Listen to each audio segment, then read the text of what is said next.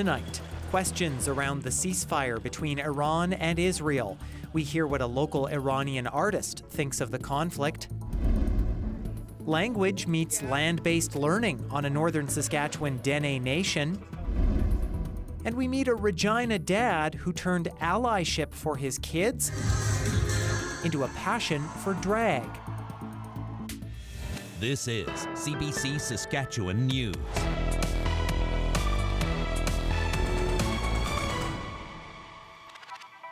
It is Tuesday, June 24th, and the CBC Saskatchewan News starts right now. I'm Ethan Williams. Thank you for joining us. Donald Trump says the ceasefire he brokered between Israel and Iran is now holding, but he used strong language earlier to express frustration over the countries violating the truce. We basically have two countries that have been fighting so long and so hard that they don't know what the they're doing. Do you understand that? Israel earlier accused Iran of launching missiles into its airspace when the truce was supposed to take effect, but Iranian state media said that the country's military denied firing on Israel. Israel says it refrained from further attacks after Prime Minister Benjamin Netanyahu spoke with Trump. And caught in the crossfire are also Iranian-Canadians in Saskatchewan. One Regina woman is looking at her home country and holding on to hope. She wants this wave of military activity to topple the Islamic regime. Aishwarya Duda reports. Terrifying, the situation. Shima Agaminiha and her sister are artists who left their home in Iran 4 years ago. Like many in Canada, Shima is watching the situation closely. She's hopeful that the crisis will lead to the demise of the Islamic regime. They are really hopeful that it would be the end of regime and Iran will be liberated soon. And we will become like a normal country like the rest of the world.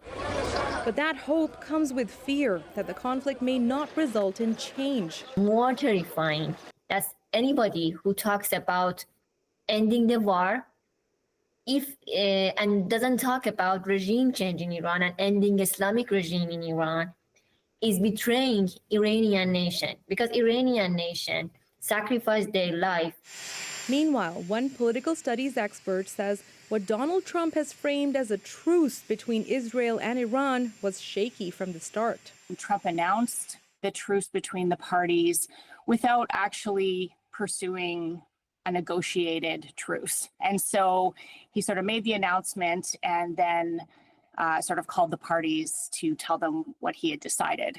She says without an agreement from both sides, the ceasefire was never likely to hold, and the stakes keep getting higher. Iran is now incentivized to withdraw from the nuclear non-proliferation treaty because two nuclear weapon states attacked it recently. And while U.S. missiles may be able to damage Iran's nuclear facilities, they can't erase Iran's knowledge of nuclear technology. Bell says a neutral mediator could help bring all sides back to the table. Not a tweet, not a threat, nor harsh words from a president, but real diplomacy. Aishwarya Duda, CBC News, Saskatchewan.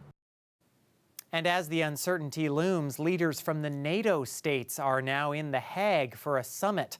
Kate McKenna has that story. It's a meeting of 32 allies, but the focus is on just one. U.S. President Donald Trump and his steep demand that allies boost defense spending to an eye-watering 5% of GDP. When I went to NATO, they were broke. When I first started this whole thing, it seems like a long time ago, 9 years, right? But they were broke. I knew it immediately. I said, you guys are broke. Trump posted a screenshot of a text from NATO's Secretary General Mark Rutte, implying 5% is all but a done deal, writing, "It was not easy, but we've got them all signed on to 5%. But Canada only just committed to hitting the existing target of 2%. Let's take the 5% of GDP figure, which is a big, huge chunk. Big number. How much is it actually for you? 5% of our GDP would be about $150 billion. I mean, that's a lot. It's a lot. In an interview with CNN, Carney hinted how Canada might hit that number using existing plans and expenses. Canada has one of the biggest and most varied deposits of critical minerals, Which Trump was coveting. We are going to develop those. We're going to develop those in Canadian interest. Some of the spending for that counts towards that 5%. What you are hearing from our country and from our new Prime Minister is a solid commitment to ensuring that we are living up to our obligations. Canada's foreign minister is also proposing a review of the spending in 2029, which happens to be the year Trump leaves office. Already some allies, including Spain and Slovakia, are balking at 5%. But NATO Secretary General says time to pay up. My message to my European colleagues is stop worrying so much. Start to make sure that you get investment plans done. This is what you should work on. One key detail coming out of this summit is how long allies have to get to that 5%. Carney said on Tuesday it's likely to be a 10-year deadline. Kate McKenna, CBC News, The Hague. A coroner's inquest into the death of a man who was fatally shot by police is underway in Regina. Ryan Booker died after a standoff with officers in July of 2022. It happened on Highway 1, roughly between Regina and Moose Jaw. RCMP say Booker was uttering threats from his car in Moose Jaw before he drove off and eventually pulled over near Belle Plaine. That's when RCMP say he pointed a gun at officers and didn't comply with their demands. He was then shot dead. The inquest heard Tuesday that Booker's rifle never had any bullets in it. The proceedings are expected to continue until Thursday. The Saskatchewan NDP says the province has been misrepresenting its procurement practices, classifying out-of-province enterprises as Saskatchewan-based businesses. The NDP says the documents obtained through a Freedom of Information request show about half of the contracts that Sask Builds awarded during the last fiscal year went to companies headquartered in Saskatchewan, but the NDP says that is far from the province's claims of 90% local procurement. Companies the government listed as local include Crum Rubber Manufacturing, which is based in California, and Mitsubishi of Canada, which has its headquarters in Ontario. Anybody on the street will tell you that you can't just call any company a local business just because they've got a P.O. box here. That's not how it works. Not only is this dishonest and a betrayal of Saskatchewan workers and businesses, it's also part of a disturbing pattern of behavior with this government. Say one thing, do another. But the government says it's following Canadian Free Trade Agreement criteria. It says businesses are classified as Saskatchewan-based if they have a location in the province where regular business activities happen on a permanent basis. Clearwater River Dene Nation is making big changes to education in the community. Its school is merging its Dene language program with its land-based learning program. It's all in order to connect the two important aspects of Dene people. Louise Big Eagle traveled to the community to see it in action. Eden Fontaine grew up knowing the Dene language, but she lacked knowing the Dene culture, like fishing, skinning beavers for mitts, and trapping. Now, thanks to a merger of the Dene language program with the land-based learning program at the Clearwater River Dene School, the teaching assistant is learning right along with her students. Growing up on the reserve, there's a lot of, we know our language, we're very fluent in our language, but I didn't know how to cut fish or clean fish or any of that. Raving about the Bear Grease shampoo. Paul Haynes has seen many changes living in the Clearwater River Dene Nation for over 30 years and working as a land-based educator. With technology taking over students' interests, he is glad to be teaching them about the lands they live on. Haynes says everything about nature is medicine. Whether it's connected to land, air, water, seeing the kids out there in the natural environment, I truly believe is benefiting their mental health, and I can see the results daily with their laughter and their smiles and the fact that they want to keep going out. I was excited. I slept through my alarm.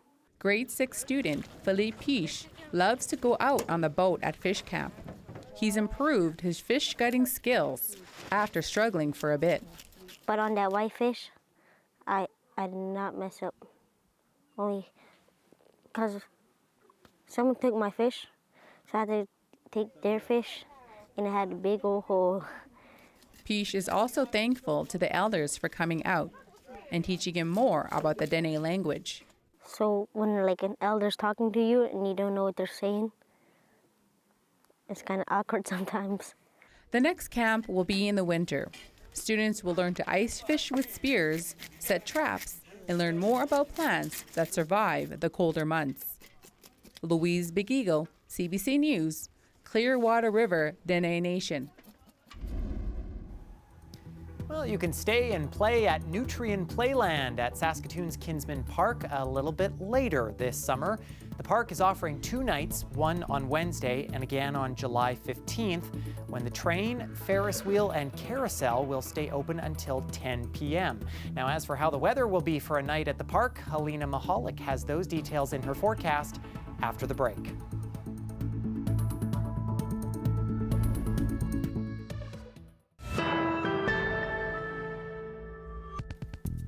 Regina's Jada Yee spends many of his days in a suit, but in his spare time, he becomes drag queen China Be Deadly. What started out as a challenge to raise some money for at-risk queer and trans people turned into a passion project.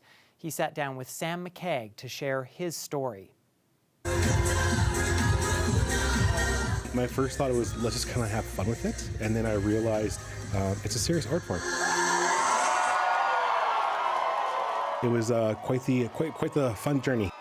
My kids are amazing. You know, my kids. I say that my kids saved my life. You know, back when I was a young adult. I didn't have. I was a high school dropout. I was, really just kind of floating around life, not knowing where to go. And I had a child very early, and my child gave me purpose in life. And so I said, whatever I do, I'm going to be this kid's role model. So I better do something positive. So I went back to put myself through university as a mature student. But my children are my life, and everything I want to do is to show them that they're loved and appreciated. And I try to see things through their eyes. That's what makes me a better person. 2 of your kids are trans. Yes. When did they share that with you?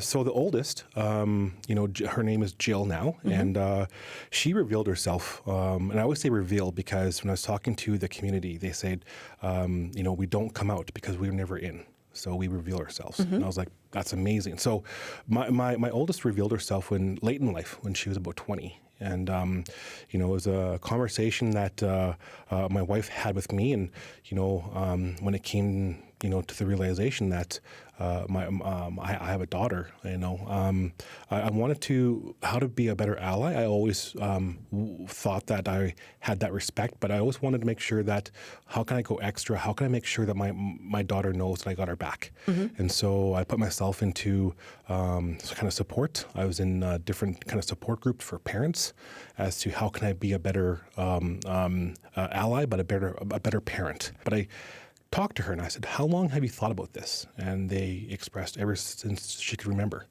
And so I realized, and through my support groups, when you're two-spirit, you're born that way, right? Your brain comes pre-programmed. It's like a computer. And so I was like, yeah, that makes perfect sense to me, right? And so I wanted to make sure that as a parent, I wanted to make sure that she knows that I got her back. And then it was a couple of years later when my second, she's a twin, or he was a twin, and he expressed that he has these, he believes that he's a male as well. And his entire life up until 13, I just knew. Really? Oh, absolutely, yeah. He was always a tomboy. He was always the, his twin is a diva, and he was always just a tomboy. And so when he said, I'm like, yeah, it's about time, but I wanted to give him that respect to come out on his own, to reveal himself on his own. And so I said, okay, well, let's kind of get you started, right?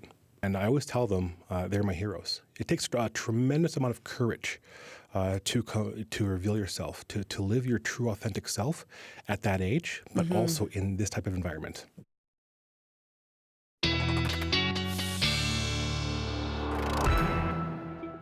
And weather specialist Helena Mahalik joining us now. And Helena, a bit less of an active weather day today.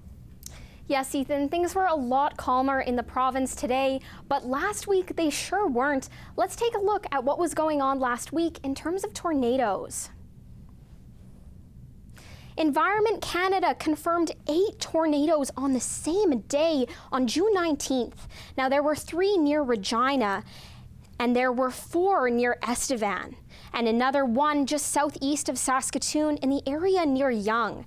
Now that makes 8 in total. Environment Canada called this a memorable day. In total, we've already had 12 tornadoes in the province, and we still have 3 months left to see some more tornadoes. As for Tuesday evening, though, it is a calm evening in the province. But throughout the next few days, we will see some more rainfall continuing. Wednesday, we will see some showers with a chance of thunderstorms throughout south and central Saskatchewan. And as we look to Thursday, we're going to see that trend continuing, those showers with a chance of thunderstorms, especially in southern parts of the province and in the east. For areas around Regina and Yorkton, as well as in the north, they have a chance of experiencing that as well. As we look ahead to Friday near the end of the work week, we're just seeing clear skies and that chance of rainfall potentially ending. As for Tuesday evening, we are seeing a special air quality statement in effect for areas just west of La Ronge. We are seeing that the smoke is definitely improving in the province, but areas around La Ronge and Buffalo Narrows are still having some more severe smoke. Tuesday evening, we are seeing some wind gusts, and that's going to continue into Wednesday. We're seeing up to 40 kilometers an hour wind gusts with that chance of some storms around areas like south and central Saskatchewan. As we look to Thursday, that trend is going to continue. Just a breeze, we're seeing up to 30 kilometers an hour wind gusts, again for much of south and central Saskatchewan, as we continue seeing that risk of showers throughout the rest of the work week. Tuesday, we saw still a cooler day in the province, temperatures hovering around 20 degrees as they have been for the last few days. But as we look to Wednesday, we're going to be back to seasonal finally, or even just above that for areas in the province. And as we look to Thursday, temperatures slowly heating up for the rest of the work week. Temperatures could be hovering just below the 30-degree mark, so things definitely heating up fast. And even as we get to Friday, southern Saskatchewan will definitely still be hot. Friday, a little bit cooler, so Ethan, definitely a little bit of everything in the province. Yeah, maybe a good night for the people to take in that evening event at Kinsman Park in Saskatoon as well on Wednesday. Yeah, it'll be a hot day to ride the Ferris wheel, that's for sure. Yeah, sure will. All right, Helena, thanks so much. Thanks, Ethan.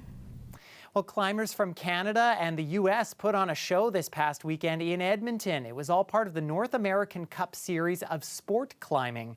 The goal, race up a wall in mere seconds and, of course, be the first one to reach the top.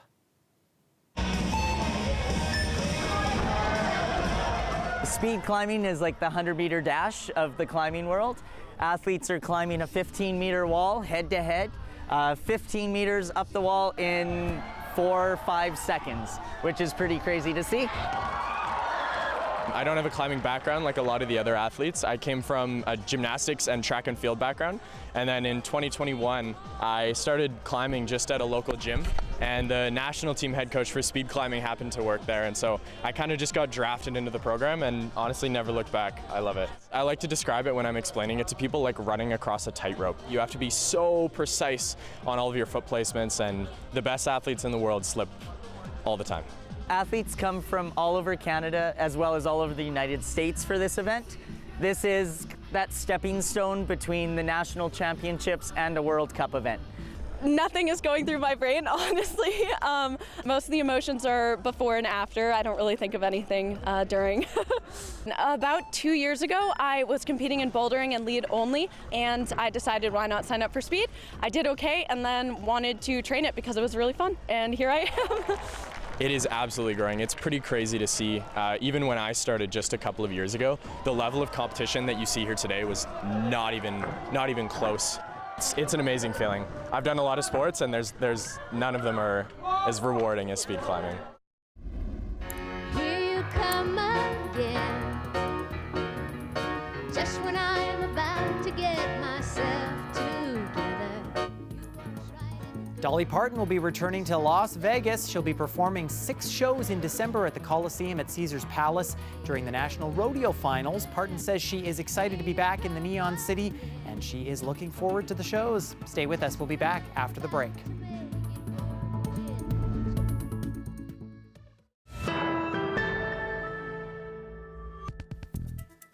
The Saskatchewan Roughriders are back on the practice field after a thrilling win in Toronto last week. The Riders led for most of Friday's game until the Argos' Nick Arbuckle tied it with 23 seconds left. That's when Mario Alford ran back a kickoff for the game-winning touchdown, bringing the green and white to 3-0 on the season.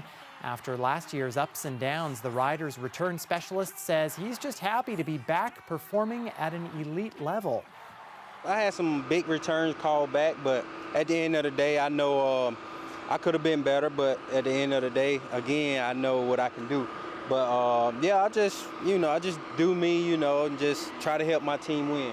I didn't change anything. Just my mindset, just come in and be better, and like I said, to help my team win and put them in a great field position. Starting quarterback Trevor Harris did not practice Tuesday. He was listed with a head injury and illness. Receiver Sam Emelis was also not at practice again, and Keyshawn Johnson was absent due to personal reasons. Next up for the Riders is a matchup with the BC Lions Saturday night at Mosaic Stadium. Kickoff is 5 o'clock.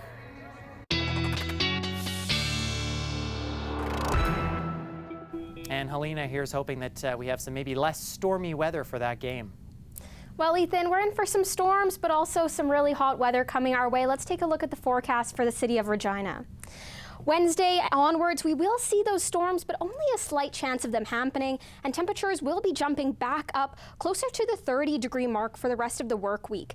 As we get into the weekend, we're continuing to see a breeze or a chance of showers, temperatures returning back to seasonal, but our overnight lows will still be quite warm for this time of year. Into next work week, we'll see a bit of a breeze, but the rain has stopped and the sun is out. We'll see some more warmer temperatures, and just in time for Canada Day, temperatures will be quite warm. Saskatoon is also in for a few days of rainfall with a chance of some thunderstorms. Temperatures returning to seasonal. Thursday, they could be closer to that 30-degree mark, but the weekend, temperatures cooling down with that risk of some storms. But the sun isn't leaving us all throughout the week. We will see overnight lows just slightly above seasonal for this time of year. And in time for next work week and Canada Day, we will see temperatures, Ethan, returning closer to that 30-degree mark. So some very warm temperatures in store. Yeah, can you believe it? June almost over already. I can't believe it. The weather has just been a whirlwind. Sure has. Helena, thank you. Thanks, Ethan. That's it for us. For more news anytime, you can head to our website or our YouTube channel, or also download the CBC News app on your smartphone or tablet. Thanks so much for watching.